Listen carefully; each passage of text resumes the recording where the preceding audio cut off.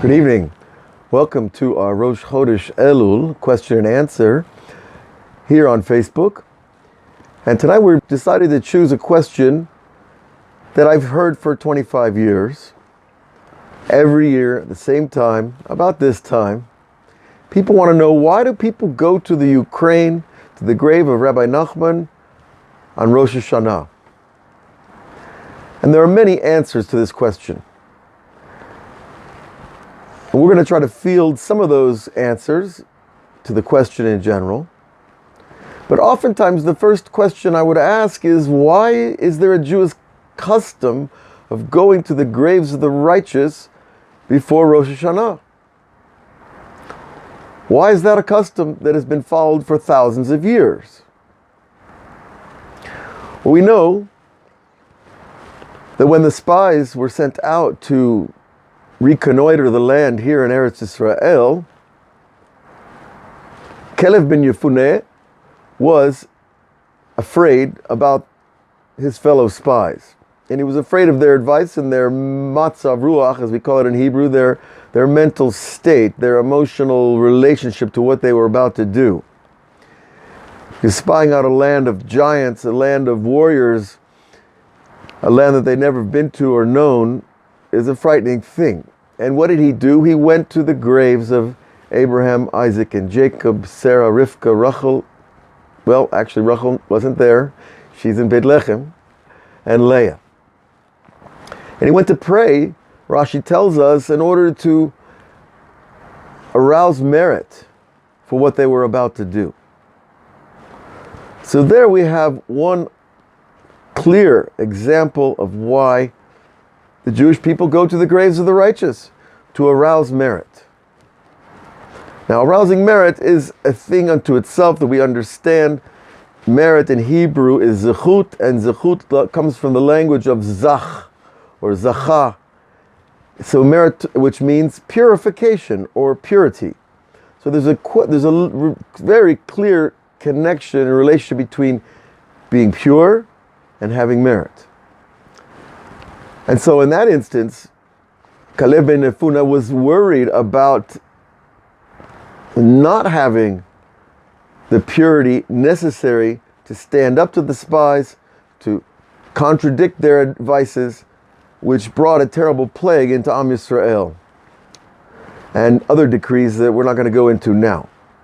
But here we see an example all the way back 3,600 years ago, why Jews go to the graves of the righteous. Now, why on Rosh Hashanah? Well, Rosh Hashanah in the Kabbalah is the beginning of the entire yearly cycle of the creation and the influx of divine power for the entire year. In other words, the world is structured in cycles of time. There is a yearly cycle, there's a monthly cycle, there's a weekly cycle, there's a daily cycle, there's even an hourly cycle, and they're all permutations of God's name, according to the Kabbalah, and they bring life force into the world in these gradations, these levels of expression, from infinite power into the vessels of this finite world. And one of those cycles is the yearly cycle. And so this yearly cycle begins on Rosh Hashanah and it ends, well, the day before Rosh Hashanah. So the whole idea of going to the grave of the righteous before Rosh Hashanah is really to be there erev Rosh Hashanah, at the end of the year.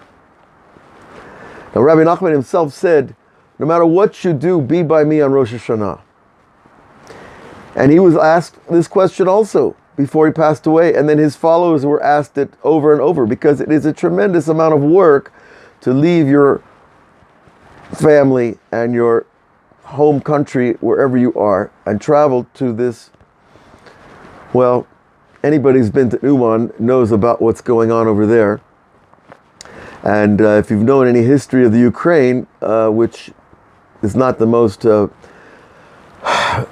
beautiful history that you could read, you would understand why this place is not a place that we would go to otherwise. In the 17th century, Khamenei conducted a pogrom there and murdered about 30,000 Jews. And so the place is a place of holiness, of Kiddush Hashem. Where Jews are murdered becomes a place of holiness because all those souls leave the world there. They create a portal through their death. A portal means a transfer zone, a place from which souls can go up or come down, where life force can go up, prayers can go up, the energy of good deeds can go up, and God's influence can come down. And this is true throughout this entire planet. And wherever holiness occurs, a portal is created.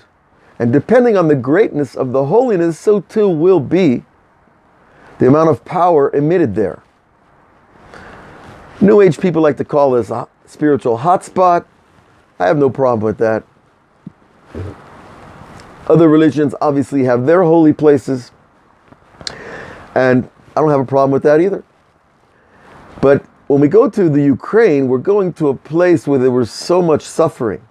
The Nazis took over the Ukraine in their eastern sweep of Europe, and I met an old man at a bridge in Uman, in the city where Rebbe Nachman is buried, who said when he was a boy, he remembered the river was flowing red with blood. And he was a boy during the Holocaust. So the Holocaust wasn't only in Poland or in Latvia or in Germany, it was also in the Ukraine. Okay, but we have to understand the principle that where Jews die becomes a holy place when they die Kiddush Hashem. Kiddush Hashem means the sanctification of God's names, just like Nadav and Avihu, the sons of Aaron Kohen, B'kadoshai Itkadashti, that God says, with my holy ones I will be made holy. Now what does it mean that God needs human beings to die to become holy? God is already holy. So again, why do I have to go to this terrible place in Jewish history to receive the blessing of this tzaddik? What does it mean? I will be sanctified by those who die for my name. Well, I'm going to try to break this down in the simplest terms possible. All human beings die. And we die for all kinds of reasons. And if you watch the news, you're going to hear a lot about that. Because it's one of the most morbid, attractive things that people like to hear about. How this one died in a car crash, and this one died from an overdose, and this one died from a disease, and it's just endless. You can't watch the news too long without, needing help. So, since we're all going to die, isn't this a pleasant conversation? But since we're all going to die, wouldn't it be a smart thing to ask, well, what do I want to die for? Think about that. I remember being a kid and remembering the Russian missile crisis when they wanted to throw rockets at America. And think, well, we're all going to die. I was a very young kid. But I remember thinking, well, if we're going to all die, I want to die because some Russian doesn't like us. Because we're American. And I wasn't very Jewishly identified at the time. And from then on, I realized, well, if we're going to die anyways, we might as well find something good to die for. And that took me a couple of decades to figure it out. But I had the impulse from then, from a very young age, that if we're going to, what do we want to die for? And here comes the Jewish people and their long, tremendous history, and tells us, well, the highest thing you can die for is God's name. But why does God need that? Well, in truth, He doesn't need it, but rather it is a way of elevating the human soul back to its source. It's connected to the idea of self-sacrifice, the idea of sacrificing yourself for something. We're all going to sacrifice for something. to get up and work a job 9 to 5 every day, like some people have to work in the most boring, horrendous jobs. And my heart goes out to them. How can you sit in front of that screen for 8 hours a day? How can you stand there and check people's pocketbooks at the airport for 8 hours a day? It's horrendous, but that's Mesirat Nefesh. That is self-sacrifice. But why is God sanctified by Jews dying in His name? Well, one reason is because it creates awareness. Awareness that people would not otherwise have. Because when a Jew dies, people understand somehow it's connected to the Creator of the universe. Even if they don't like us, even if they want us to die, they still understand it. The Nazis couldn't believe the Jews that were dancing and singing on the way to the gas chambers. It shattered their perception of reality. I think they were Ger Hasidim on the way to Auschwitz. But they were in the chambers already. That was a Kiddush Hashem. Because in their very unhealthy minds, they were confronted with a new reality. The reality that there is a Creator, and He does not demand that we die for Him. But He says, you know what? I gave myself to you in order that you could live. God is doing self-sacrifice every second of creation because He is creating the creation from Himself.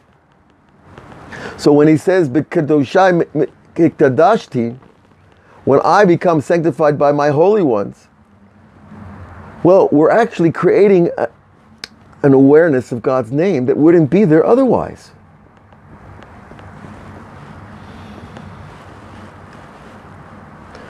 Now, these are difficult subjects to deal with. It's not something that everybody comes to think about all the time. But it's going to help us to understand further why people want to self-sacrifice to go to Uman on Rosh Hashanah. To be by this one particular tzaddik who said, be by me on Rosh Hashanah. I have a gift. God gave me a gift, Rebbe Nachman said. And it's called Rosh Hashanah. Now, what does it mean when a tzaddik says, God gave me a festival? It's kind of an abstract gift, you know? God gave me a fur coat, a new fur hat. Okay, that's a little more material, right? What does it mean? He gave me a piece of time where Jews celebrate the new year.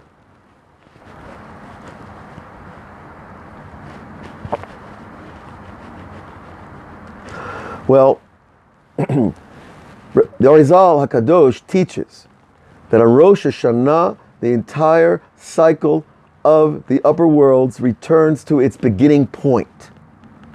That there is a yearly cycle, just like we talked about. This yearly cycle includes the union and the reunion, the separation and reunion of the upper worlds, which are called Sfirot, and they're also called Partsufim. We get more specific as we go. There are collections of soul power that are extant in the entire universe. They're in us, they create our souls, and they also create everything else around us. And so on Rosh Hashanah, the forces of creation return to the beginning point. The first point of creation, the Sefer Yetzirah teaches us, was a Yud, because a Yud is a point. In other words, when God began creation, He began by writing. He put the pen on the paper. The first thing any pen does when it hits a paper is make a point. And that point is the beginning of creation. Now that point is where everything is hidden and everything is folded and bound together and not revealed. And the rest of the year is the expression of all the hidden information in that original point. And that energy and that information opens up on Rosh Hashanah, enters vessels, and comes down into our lives for the course of the year. So certainly, I want to be in a holy place on Rosh Hashanah. But Rebbe Nachman said, be by me. And he was really saying, I am Rosh Hashanah. I have reached the level of that union that takes place in heaven on earth. That he's telling you that his service actually becomes a depiction of the upper world's service. That what happens in the cosmic plane of Atzilut, the place of God's traits, where you're dealing with God's character then. There's no vessels of humanity yet in the world of Atzilut. It's just God's traits. Just like you have traits, well, the infinite creator has traits. And you can fly right in there. I don't think you're going to be coming back too fast. But if you do, you will understand what we're talking about here.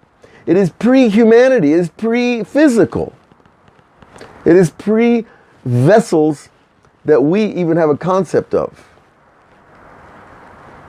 Thought itself has not been created the way we understand thought. And so much more, even the higher intuition of humanity is way below down in the world of Bria, in the world of thought. So Rebbe Nachman was teaching us that he reached this level of the union of Za and Nuk and their separation and their reunion that takes place from the beginning of creation on Rosh Hashanah through the whole cycle of the month of Tishrei. Now, if you sit down with Shar Kavanot of the Arizal and listen and read with Rabbi Chaim Vital, which I believe some of my old classes on Web Yeshiva are there, at least part of those classes on our website and our YouTube channel. You can reference back there. Maybe we'll teach them again. It's always good to come back over and over because that's the way we learn Torah.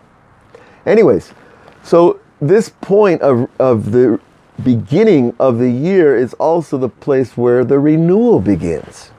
Why renewal? Right, Rosh Hashanah, and it's Rosh Chodesh Tishrei, because it's a new head. Well, what does a new head mean? It means a new software package.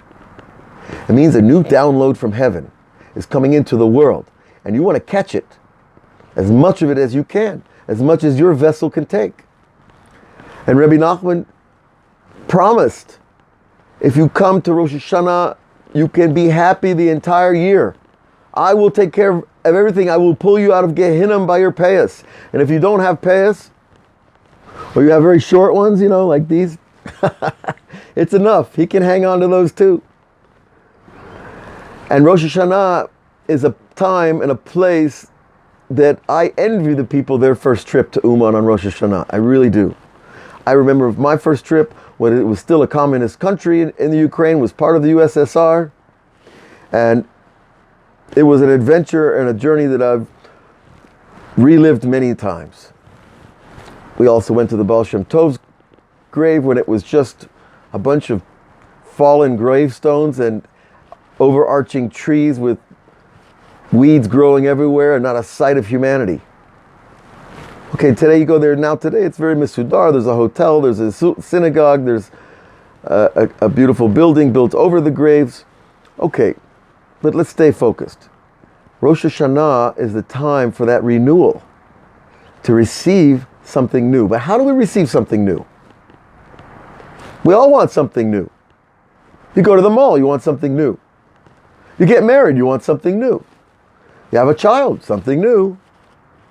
You want a new job, etc. You see what I mean.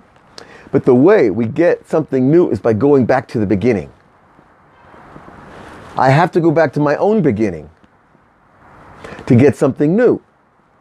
And Rebbe Nachman said, I am constantly becoming new. I don't want to stay on one level 1 second longer than I have to.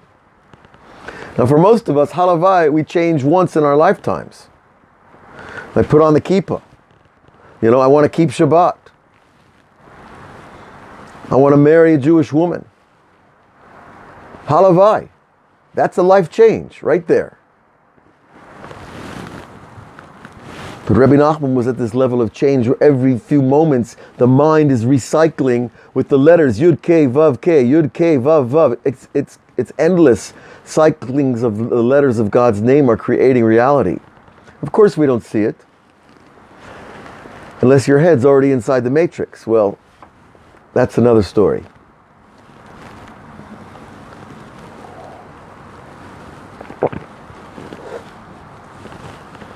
So to be part of the renewal that Rebbe Nachman is talking about and promising us is to go back to our beginning, the beginning point. It might be the first memory you have in your life, which, we do that in regression therapy. Try to go back to that place in time. You can have a tremendous renewal. Or the first time you kept Shabbat, like I said, or the first time you realized there was a God. Or maybe you haven't even had that first time yet. Maybe it's still just a conceptual reality that's been forced down your throat by other religions. I don't know. But when you know it, it's not an extended thought from somebody else. It's not a cloud flying around your head. It becomes part of you. And when you know that, then you understand something else about Rosh Hashanah. That when I go to the Ukraine to be by the tzaddik, I don't make cheshbonot. I don't make calculations. How much it's going to cost me, and if I'll get my money back, and if it'll be worth it in the end of the day. I remember the first year I went, I spent my last $2,000. I knew I was coming back to LA on zero, on empty. But Rebbe Nachman said, I will take care of all your costs. I said, wow, what a promise. 200 years ago, he's telling me, he's promising he's going to take care of the cost of the trip. Wonderful, I'll take him up on that. And I did. And I got back to LA after the trip to Rosh Hashanah, which, by the way, back then was 24 hours of flying from LA to Frankfurt, to Moscow, to Kiev, and then begins the midnight ride of Paul Revere, in one of those crazy Ukrainian cabs. But I got back, the day I got back, someone called me I never heard or met in my life and said, someone wants you to have money. I got a job for you. And I made the whole trip back in 3 days, $2,000, 3 days. Another friend of mine did the same thing, but he did it with a saxophone. He's a jazz player. He sold his saxophone. That's like selling your soul if you're a musician, right? He sold his saxophone to go to Uman the first time. He gets to Uman. He meets this nice little Jewish guy on the street. There are these old-time Ukrainian Jews still there. They speak Yiddish. And you should see their eyes open wide when they see an American get off the bus. So, this friend of mine, he started talking to this guy, and he had like this old beat-up guitar he was trying to sell. In Uman, they'll sell you anything. I mean, they'll buy anything, and they'll sell anything. It works both ways. But really, he had this old beat-up guitar, and he's like, I don't want this old beat-up guitar. I got to get one of these in a 5 and dime, at Walmart. He said, no, and he asked him, well, do you have any other instruments? He said, oh, his eyes really opened. He said, oh, really? Come with me. And he took him home to one of these old Russian houses. You've got to see them to believe them. The walls are about, this thick, and they put carpets up instead of insulation. And it smells like about 30 years of mold. And and he enters this big room, and it's filled with musical instruments.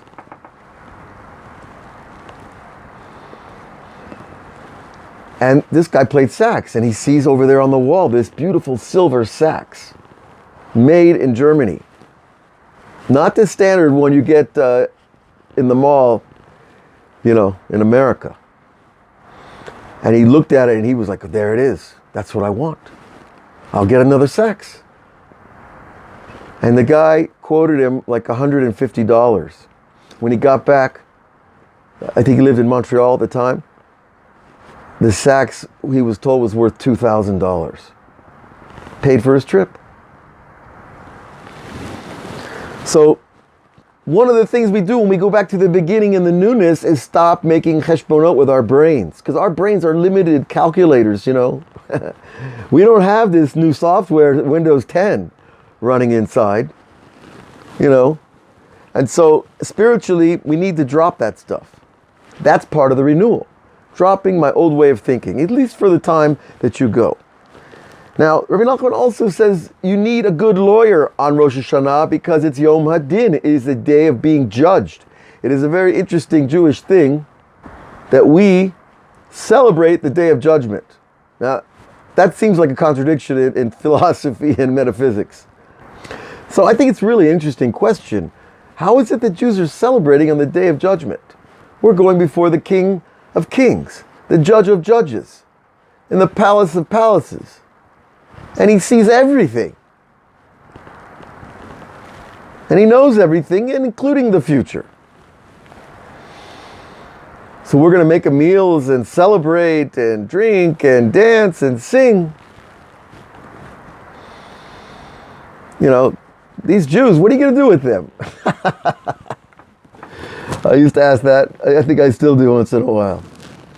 But really, we understand that we have so much confidence in Hashem finding us to favor on Rosh Hashanah that we're going to celebrate.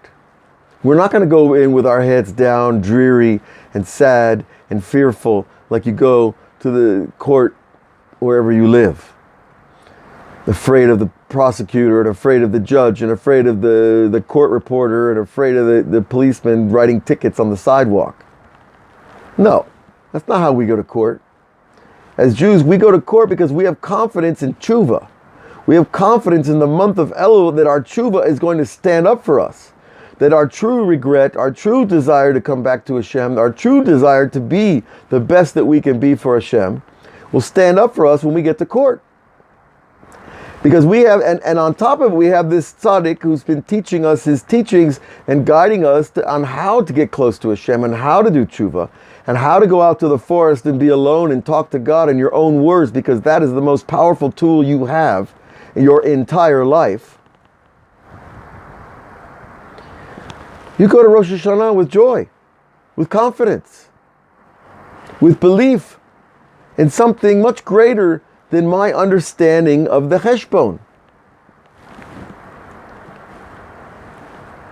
So we still need a good lawyer, though. And that's Rebbe Nachman, that's the tzaddik. And like I said, Jewish people have been going to the graves of the righteous for thousands of years because they stand up for us. Their presence, we might not feel it, but it's felt in heaven. Now, every person has a divine spark, but sometimes our sparks get covered over. The Zohar says the soul is like, the whole universe, by the way, is like an onion, layer upon layer. So the soul is also layer upon layer. And, you know, deep inside is this little spark of God that's so super sensitive you can't get near it. It's so powerful. But it's covered over. It's covered over by my desire for money, my desire for fame, my desire for honor and glory and all these great things. And there's a few other things on the list that it gets covered over with very easily. And so I go to the grave of the tzaddik and I don't feel anything. This happens all the time to people. They get excited, they go, they travel to Uman. Last year was 50, 60,000 people. When I first went, there were 700. It's a little different. We ate tuna out of a can. Now you can, you know, they slaughter a whole, a whole herd of cows. All right. This spark is covered over, and therefore we don't feel the holiness. But we still have faith in it. Now here in Eretz Yisrael, there's graves everywhere. There's holy people buried everywhere.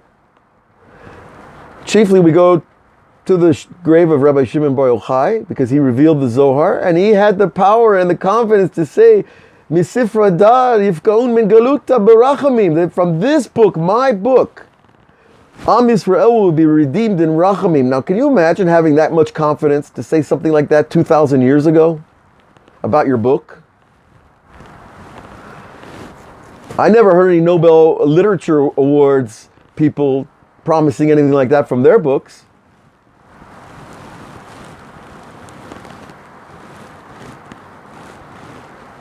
I don't think I've heard the Vatican promise anything about from their book either.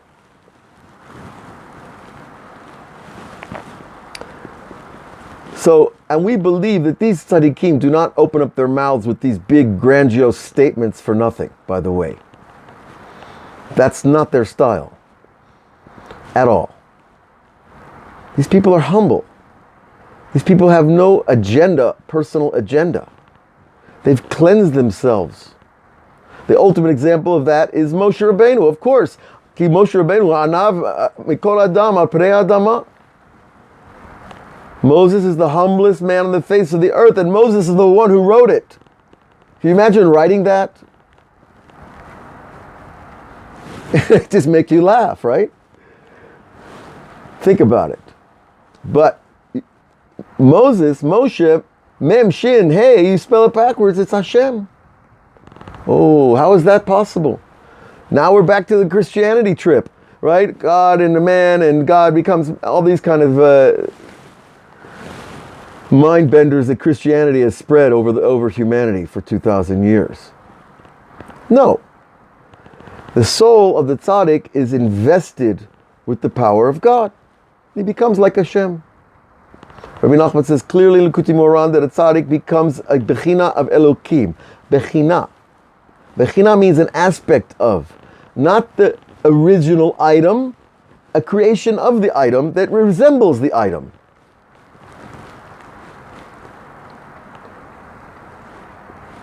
And if we're speaking about Moshe Rabbeinu, we ask, well, then why don't we go to Moses' grave on Rosh Hashanah? What could be bigger than that? And that's why God said, no, Moses, you're not going into the land. That's one of the reasons. Because, as the rabbis tell us, if we knew where Moses was buried, unfortunately, there would be a lot of Jews that would go and turn that into a shrine of God, that they would start praying to Moses, and Jews do not pray to Jews. Jews don't pray to any human beings, thank God.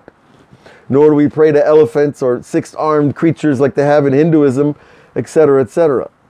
Jews pray to the infinite, eternal, unknowable Creator who created a world that we could start to know Him, a glimmer through the glass of the filters of the mind. But that's a big price to pay for Moses to be buried outside the land in a place of extreme impurity, Baal Peor.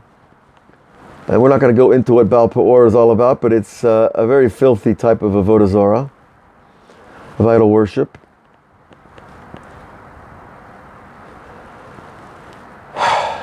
So we can't go to Moses' grave because God knows the human tendency is to turn anything that you love into a god. And the non-Jews do this all the time. You can't blame them. I mean, it's like, well, I guess you can blame them. You can't. I don't want to blame anybody. I got to worry about myself. But, you know, the tendency of human beings is to turn things into gods because we don't have names for what it is. Right? If someone sends you a lifeboat in the middle of the ocean, well, who are you gonna thank? The captain of the ship over there who lost the lifeboat the night before. I don't know. Well, if you put it together and find out the details, you might find out that the captain of the ship was drunk, and that's how the lifeboat got off the ship and floated away. And it floated to you and saved you. I don't know how it works, but it works. And the human tendency to turn things into God is what kept Moses outside in a hidden place until the end of days.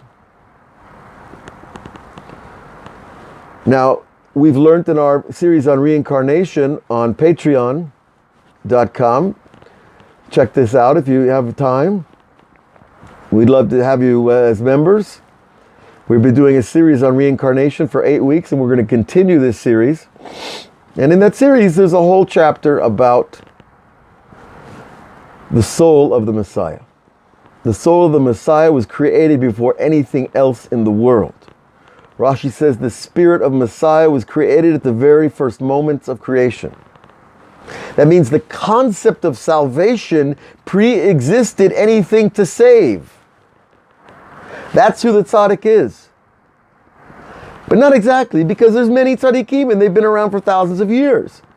But this one soul, we call the soul of Messiah, it comes and it goes, and it comes and it goes. And if you look in the Zohar, in Parshat Bishalach, you see that the Zohar says the soul of Messiah comes to this world and it leaves and it goes up to the Ken Sipor, which is another nickname for the Ima Ila'ah, the upper partsuf of Bina.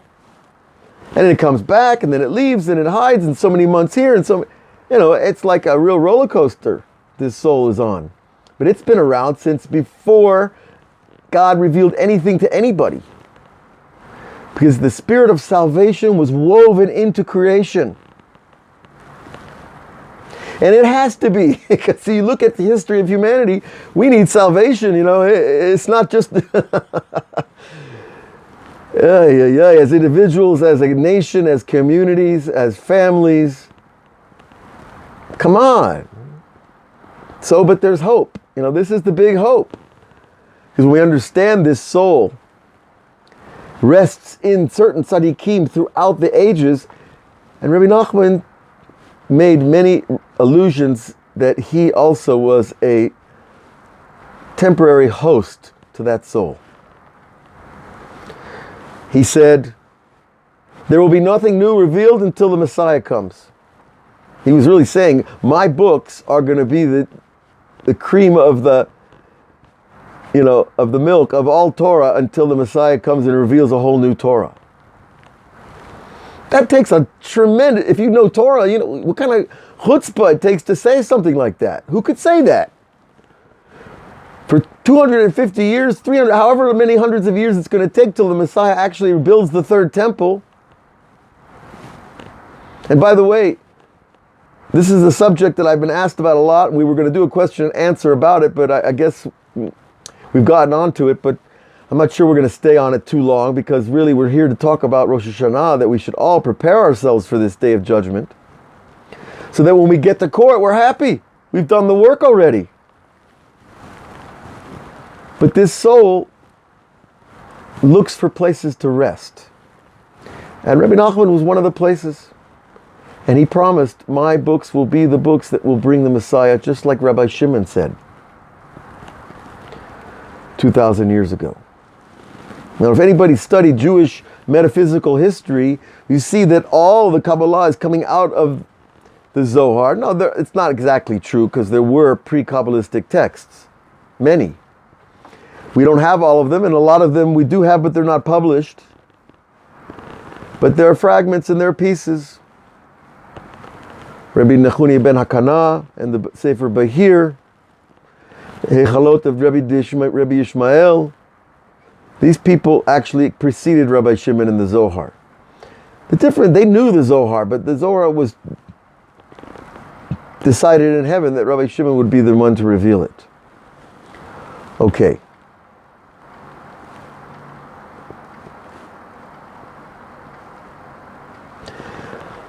So we've covered some important points about this concept of the tzaddik going to him on Rosh Hashanah, and why people should do themselves a favor once in their life and go. It's really the highest week on the planet. Spiritually, there's nothing like it. And when you have 50,000 people who are focused on a goal, it produces behavior that you won't see anywhere else.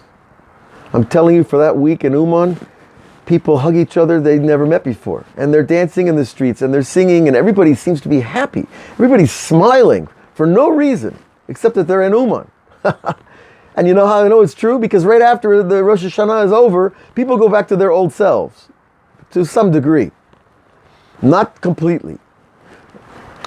I used to come back from Rosh Hashanah and I'd tell my wife I have post-Uman stress disorder. Because I mean, look at myself and it's like, who am I?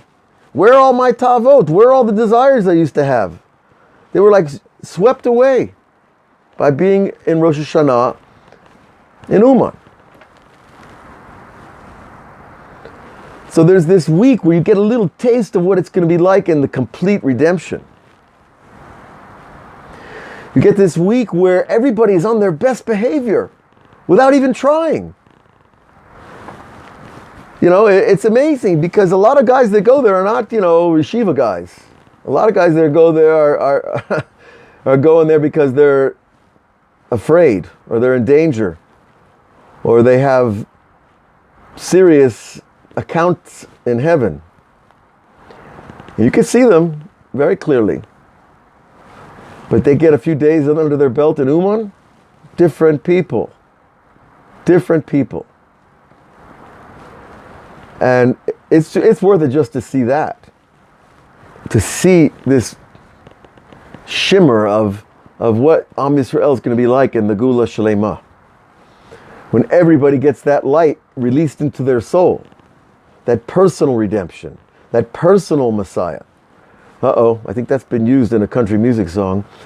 That personal redemption takes place. Then all of a sudden you see how easily it can work for everybody. And the main redemption is from all these things that the physical world is matreed. It's bringing us down. It's hammering away at our brains. I need more money. I need more power. I need more, any more.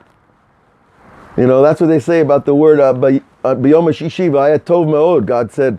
God saw and it was very good. And Rashi says ma'od, the Yetzer Hara. Ma'od, the whole idea of ma'od is the definition of the Yetzer Hara because it's the idea of exaggeration. You want to know what the Yetzer Hara is? He's the exaggerator. They should make a movie about him. We'll let Schwarzenegger play the leading role. The exaggerator. Because that's what he does. He exaggerates truth until people make really big mistakes. That was the 6th day. But God said it was very good. Because it created free choice. So now we all have free choice. You can call up your travel agent, buy a ticket, get some help, go with some friends. It's always good to go with friends. And do something you've never done before. And if you're not religious, fine. Take a siddur in your home language. If you speak Spanish or English, French, whatever. Find a machzor that speaks your language. But join up with a group of guys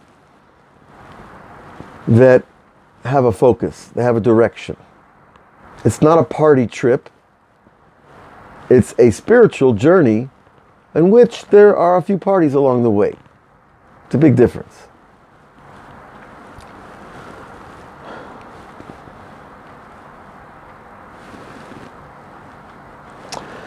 So with all of this said, I want to bless all of you to have a wonderful month of Elul. Rosh Chodesh Elul, we say, Amelech Basadeh, right? You've heard it a few times, I'm sure. The king is in the field. Well, the king is in the field means he's left the palace. That means he's left all those layers that separate us from the infinity. He's come down to our level. We spoke about this in the daily Patreon class of Rebbe Nachman. There's a time when the great one has to come down to the little ones. And of course, that's Hashem. He comes close to us in Elul. And how do you know that? Because you get this little tickle of desire to serve God. To get up early in the morning and say Tehillim. To meditate. To pray your own words. To be alone instead of with the crowd all the time. You can't find your true self in a crowd. I'm sorry. So Elul is all about that. The Melech is in the field, so we go out to the field and we meet the king. Now your field might be Central Park. I don't know. There's plenty of fields here in Eretz Yisrael, but there's nothing like a place where human beings do not go during the day. There's a pristine atmosphere that surrounds those spaces where people do not go. And if you're the only one that goes there, you'll know what I'm talking about. So Elul is the time of his Bodedus, it's the time of preparation to go to court, and we have the greatest lawyer that ever was. And really, we're just set up for success. And we just got to do the basic moves. And Hashem will help us do the rest. So you should have a great Rosh Chodesh, a celebration. Many holy people were born this month. There are Yortzites, the Baal Shem Tov, the Alter Rebbe of Chabad. Of course, the Imahot and the Avot were born on Rosh Hashanah, and we say that the birthday of the world was on Kaf Hey, the 25th of Elul. So it's really an ascension, a month of ascension. Ani ledodi v'dodi li, I am for my beloved, and my beloved is for me. Now that is a wonderful way of describing an ultimate relationship with Hashem. Chodesh Tov. Look for us on Patreon, on YouTube, and there's a lot more to come. God bless.